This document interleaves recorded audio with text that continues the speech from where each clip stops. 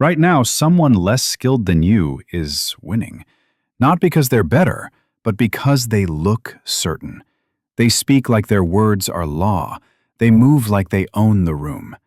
And while they take what could have been yours, you're still waiting for the right moment, the right feeling, the right words. This isn't about talent. It's about power, the kind Machiavelli understood centuries ago, power that belongs to the bold, not the hesitant. In this video, we're going to kill the inner servant that keeps you small and awaken a ruler who commands without asking. By the end, you won't just look confident. You'll carry the kind of presence that bends a room before you say a single word. Let's begin. Right now, there's a good chance you've been told your whole life that if you just worked harder, learned more, and kept improving your skills, success would eventually find you. Maybe you've believed that. Maybe you've poured years into perfecting your craft, thinking that one day the world would finally recognize your talent. But here's the part no one wants to admit. The world doesn't work that way. It doesn't line up to hand the crown to the most skilled or the most deserving. It rewards those who look certain, those who speak like they already belong, those who don't hesitate. And if that stings, it should, because it means you've probably been losing ground to people who aren't half as capable as you, simply because they stepped forward while you were still waiting for the right moment. That's the brutal truth. Boldness beats brilliance when brilliance hesitates. Not because boldness is better, but because hesitation signals weakness. And in a world wired to follow strength, weakness is a scent in the water. It's an open invitation for someone else to step in, claim what could have been yours, and make it look like it was theirs all along. You've seen it happen. The promotion that went to the loud, confident talker in the meeting, even though their ideas weren't the best. The relationship that slipped away because someone else acted while you were still second-guessing yourself. The opportunities you watched pass you by, not because you weren't ready, but because you were waiting to feel ready. And here's the thing. Hesitation isn't some random flaw you were born with. It's not just how you are. It's something you were trained into, conditioned day after day to obey rules, to seek approval, to avoid standing out too much.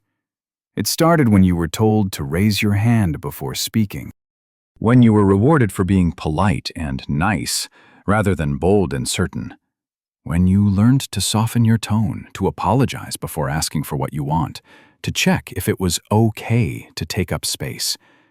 And over time, that conditioning became a reflex. You didn't just learn hesitation, you became it. This is what I call the inner servant.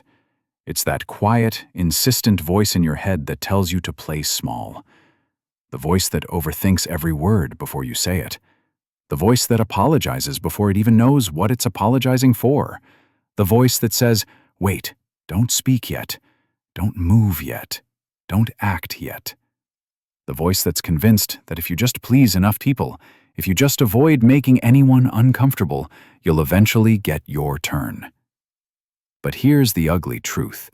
The inner servant is lying to you. Your turn doesn't come, not because you don't deserve it, but because the world doesn't give turns. It takes them. And every time you hesitate, someone else takes yours. I'm telling you this because I know how deeply this runs. I know what it's like to be in a room and have something to say, but to hold it in until the moment passes. To see the opening, feel the impulse, and still freeze because you're not sure if it's the right time. I know what it's like to watch someone else step into that space, own it, and be rewarded, not because they were better, but because they didn't stop themselves. And if you're honest, you know it too. The truth is, you don't kill hesitation by waiting until you feel confident. That's the trap. Confidence isn't a feeling you wait for. It's a weapon you learn to wield before you think you're ready. It's forged in the moment you would normally shrink, but instead, you expand. The moment you would normally explain, but instead, you pause. The moment you would normally apologize, but instead, you hold the stare. That's how you kill the inner servant, by doing what he would never dare to do. And here's where the real shift happens, when you finally understand that confidence is not about arrogance, and it's not about pretending to be someone you're not. It's about refusing to hand your life over to that small, obedient voice inside you. It's about reclaiming the space you've been trained to give away. It's about realizing that you don't need permission. You don't need validation. And you sure as hell don't need to be light to be powerful. Because the truth is, nice men are used. They get passed over, discarded, replaced. Not because kindness is bad, but because in the game of power, nice is often read as harmless. And harmless men don't move the world. They get moved by it. If you want to change that, you have to stop letting hesitation speak for you. You have to kill the inner servant and step into the room like the ruler you were meant to be.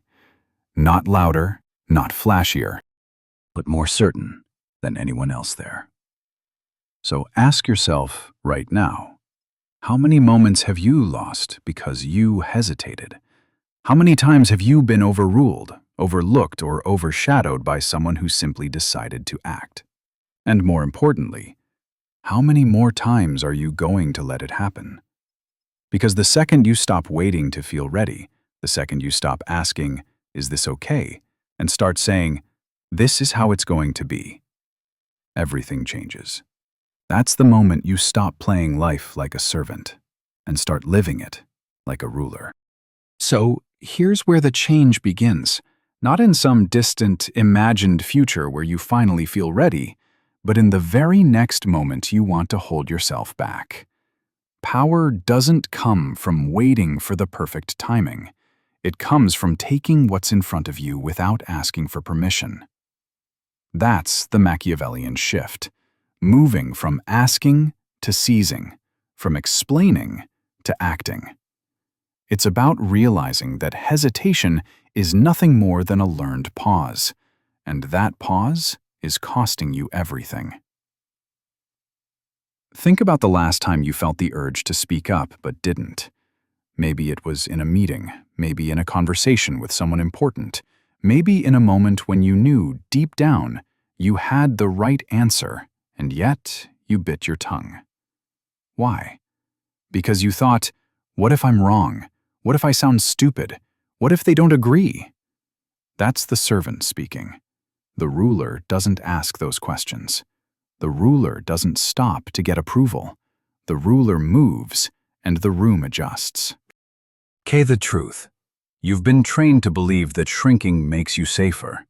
That if you stay small, if you stay agreeable, you'll avoid trouble.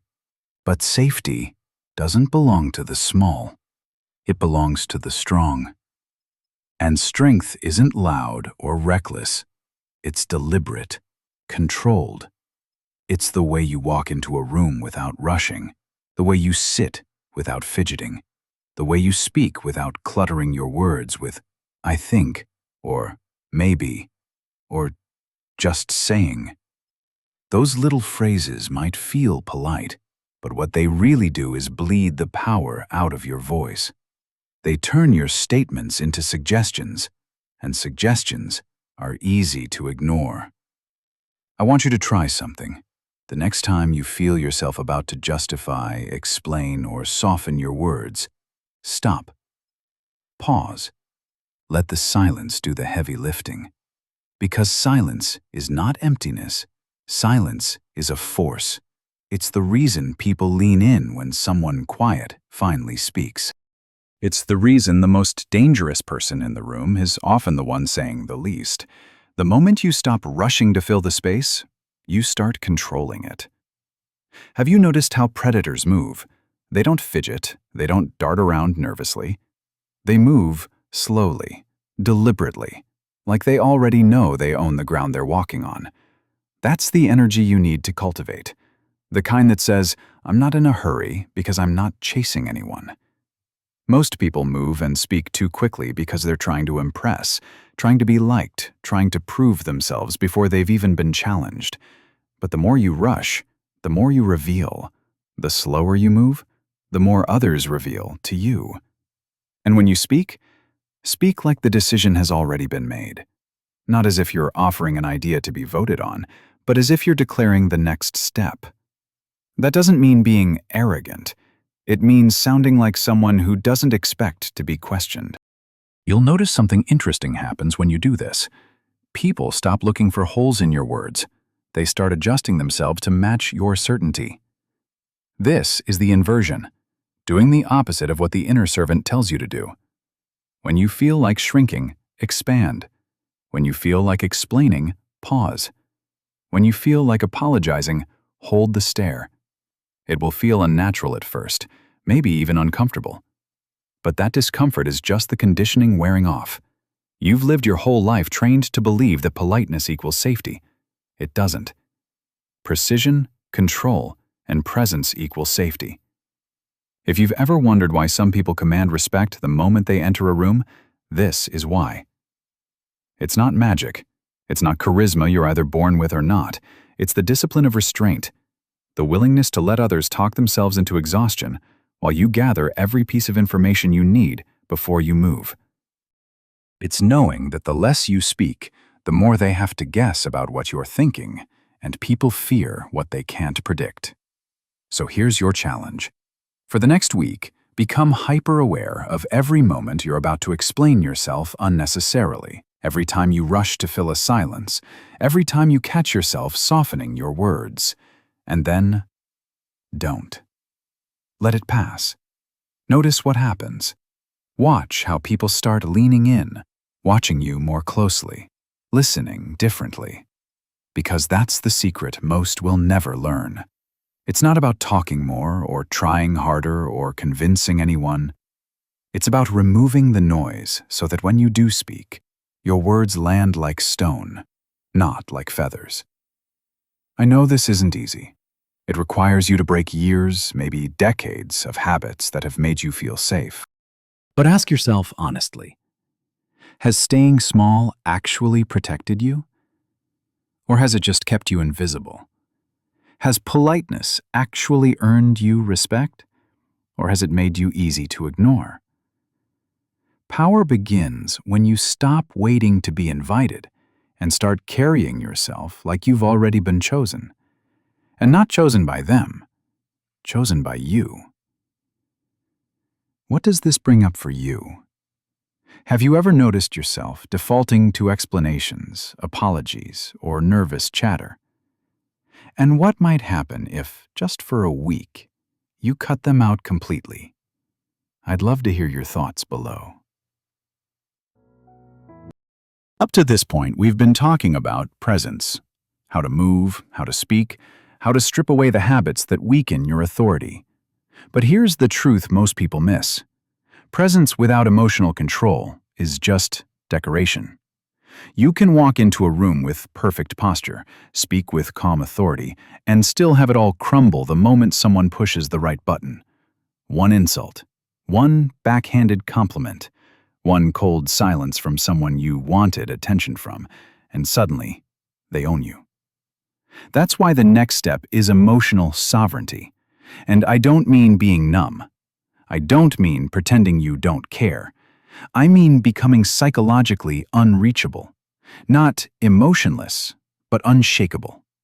You still feel everything, but you only act when it serves your outcome. Have you ever noticed how predictable most people are? All it takes is the right kind of praise to make them open up, the right insult to make them lash out, the right withdrawal of attention to make them chase. Once someone learns your triggers, they can move you like a piece on a chessboard. And if they can move you, they can control you. Think of your emotions like a bank account. Every time you react impulsively, you're making an unplanned withdrawal. And the people who know how to push your buttons, they're essentially reaching into your account and spending your resources for you. Emotional sovereignty means you change the locks. You stop letting anyone access your emotional reserves unless you choose to. This begins with killing 3 core dependencies: the need to be understood, the fear of rejection, and the habit of emotional reaction. The need to be understood is the first trap. It sounds noble. I just want them to see my side. But in reality, it's a leash. The moment your peace depends on someone getting you, you've handed them the power to keep you chasing that understanding forever. Then there's the fear of rejection. Most people treat rejection like a wound. They replay it, obsess over it, try to fix it. But rejection isn't personal. It's positional. When someone rejects you, all they're saying is that they believe they can live without you. That's not a reason to bleed. It's a reason to learn. Because now you have information about where you stand. Information you can use. There's the habit of emotional reaction. Letting your face, your tone, your posture betray what you feel in the moment. This is the most dangerous habit of all, because it tells the world exactly where your levers are. And once someone knows where the levers are, they will use them. So how do you break free from all this? You start by treating rejection like reconnaissance. You don't take it as proof of your worth. You take it as proof of where the battlefield is. If someone turns you down, passes you over, or ignores you, it's not a death sentence. It's a map. It shows you where your influence hasn't reached yet. And the most Machiavellian response isn't to plead or argue. It's to vanish. Absence is a weapon most people are too afraid to use, but when you withdraw after rejection, not dramatically, not angrily, just decisively, you create a vacuum. And vacuums demand to be filled. People who once took you for granted start to feel the weight of your absence. They remember what it felt like to have your presence in the room, your voice in the conversation, your energy in their orbit. And while they're feeling that weight, you're building, you're refining, you're becoming even more valuable, even more scarce. You're not waiting for them to come back, but if they do, they return to someone who's already outgrown the need for their approval. This is what it means to rewrite rejection. You stop seeing it as someone closing the door on you and start seeing it as you stepping out of a room too small for you to begin with. You weren't excluded. You extracted yourself. You let them reveal their lack of discernment, their inability to recognize value. And now you have nothing left to prove to them. Over time, this does something profound to your identity. You stop walking into rooms wondering if you belong. You stop needing people to reassure you that you're worthy. Instead, you start asking a much more powerful question. Do they belong here with me? That's emotional sovereignty. The freedom to choose how, when, and even if you respond. The ability to stand in the middle of praise, insult, or indifference and remain exactly the same. Calm, clear, calculated. Have you ever noticed how exhausting it is to constantly explain yourself? How draining it is to try to fix every misunderstanding or chase every bit of lost approval? What might happen if you simply stopped? If you let the misunderstanding stand? If you let the rejection be final? If you treated both as pieces of information rather than verdicts on your worth? Because here's the thing, the less you react, the more you control. Not in a manipulative, theatrical way, but in the sense that your mind becomes a fortress, and in a fortress, the gates only open when you choose. So ask yourself, who still has the keys to your emotions? And why? What does this bring up for you?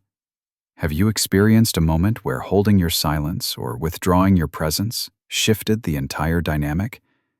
I'd love to hear your thoughts below.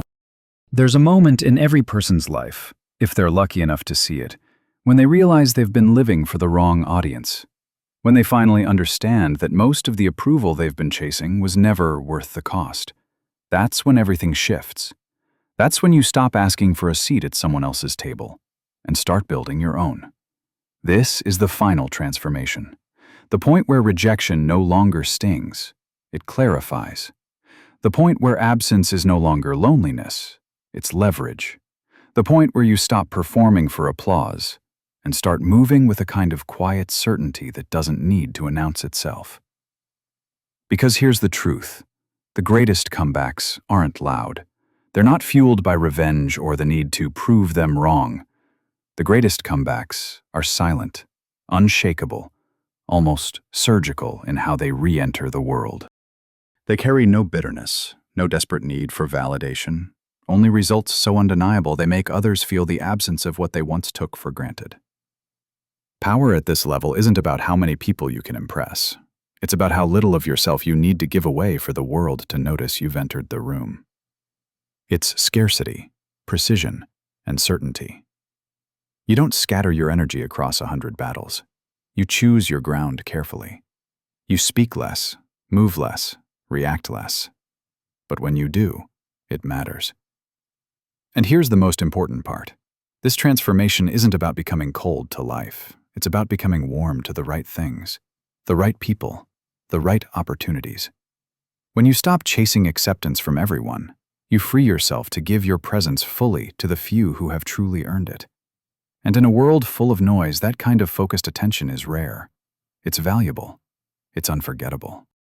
Emotional untouchability doesn't mean you stop caring. It means you care on your terms. It means you can walk away from any situation, any relationship, any opportunity that doesn't align with your standard without a trace of self-doubt. And that standard? It's not set by the crowd. It's set by you. Legends don't run after understanding. They don't explain themselves into exhaustion. They move the world around them not because they shouted the loudest, but because they became immovable. And when the world meets something that cannot be moved, it either bends or it breaks. If there's one lesson to take from everything we've just walked through, it's this. You will never be free as long as your worth is in the hands of others. The day you reclaim it, the day you stop asking and start deciding, is the day you step into the kind of life that was meant for you all along. From now on, use rejection as a mirror, not a wound. Use absence as your proof of value, not your proof of loss. Use silence as your sharpest blade, not as an empty space you feel pressured to fill.